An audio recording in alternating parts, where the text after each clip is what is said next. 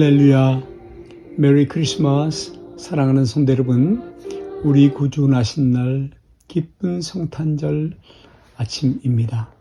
하나님께서, 사랑의 하나님께서 여러분의 가정과 그리고 마음, 심령에 그리고 우리 마을에 한없는 은혜와 복을 더하시기를 간절히 기도합니다. 이 성탄절 아침에 올해는 묘하게도 12월 24일과 12월 25일이 맞붙어 있어서 우리가 오늘 영상을 통해서 성탄절 예배를 이제 드리게 되겠지만요, 말씀을 함께 나누겠지만요, 여러분 아무튼 이 성탄의 절기에 우리 예수님을 꼭 마음에 생각할 수 있는 그런 귀한 날이, 그런 절기가 시즌이 될 수 있기를 바랍니다.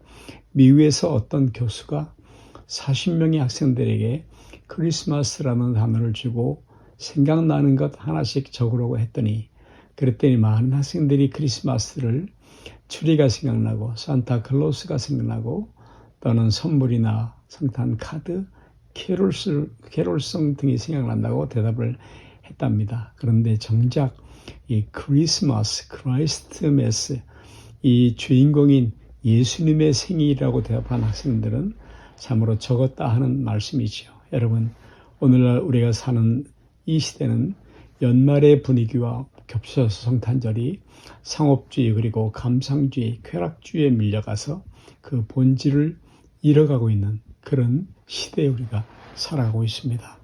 연중 교통사고가 가장 많은 때도 이때이고요. 또 절도, 강도 등 범죄가 많은 때도 바로 이때입니다.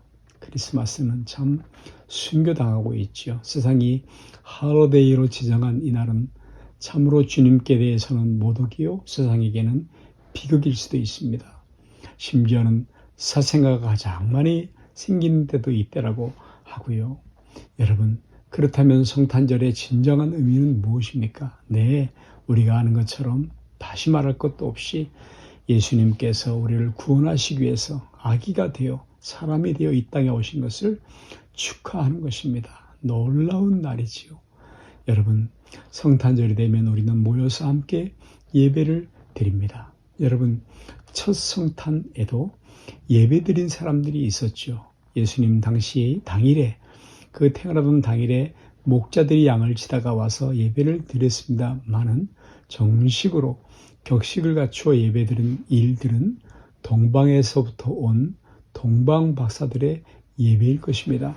마태복음 2장 말씀을 본문으로 오늘 보고 있고요. 여러분, 이 동방은 이스라엘 동쪽이니까, 그러니까 오늘날로 말하자면 이란, 이라크, 당시에 페르시아, 바벨론 지역일 텐데요. 동방 박사들은 별을 연구하던 점성가들이겠지요. 그들이 어느 날 신비로운 별을 보고 유대인의 왕으로 나신 이가 있다는 것을 알고 그분에게 경배하려고 예루살렘까지 먼 길을 찾아왔습니다. 여러분, 그들은 아마 자기들이 살고 있던 곳에 살고 있었던 유대인들, 포로 생활을 그곳에서 했죠. 긴 시간 동안, 70년 긴 시간 동안 그 후손들이 거기 살고 있었겠고요. 그들의 말을 통해서 인류를 구원하실 왕 메시아께서, 구주께서 오실 것이라는 것을 전해 들었던 것 같습니다. 그러다가 특별한 별을 보고, 신비로운 별을 보고, 그 별이 바로 그 왕으로 나신 이의 별이라고 확신하면서 멀리서부터 이스라엘을 찾아온 것입니다. 결국 아기로 오신 예수님을 만나서 그들은 예배를 드리고 갔습니다. 그 제식 희미하지만 그들은 예수님이 구주이신 것을, 메시아 왕이신 것을 알았죠.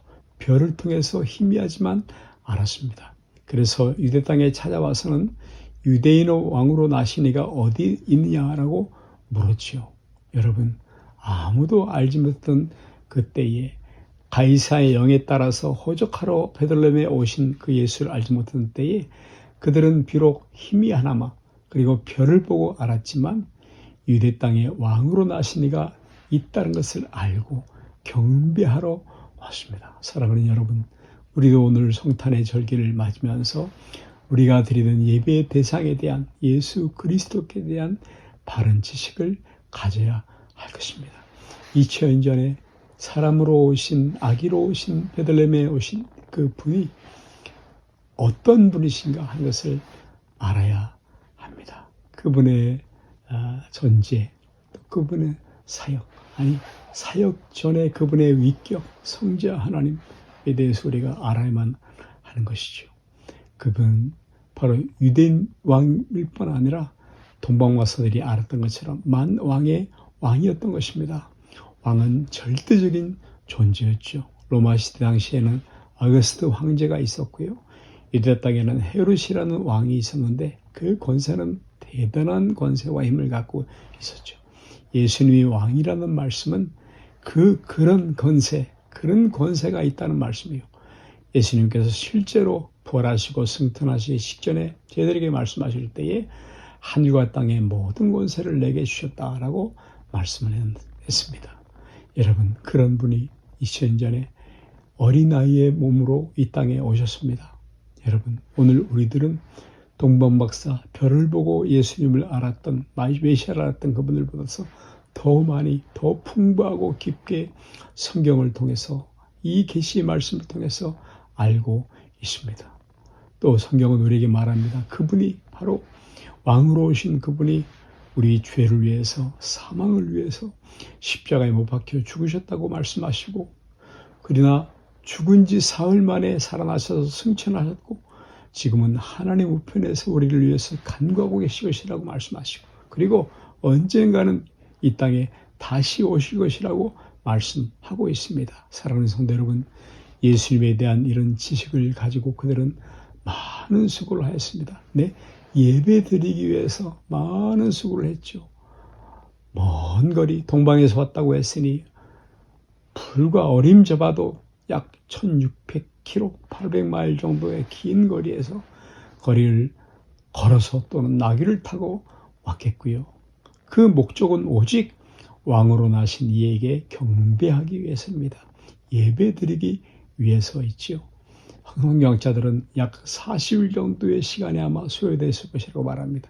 사막을 건너는 횡단, 얼마나 피곤했겠습니까? 또 얼마나 많은 경비를 들였겠습니까? 얼마나 위험한 일을 오가는 중에 겪었겠습니까?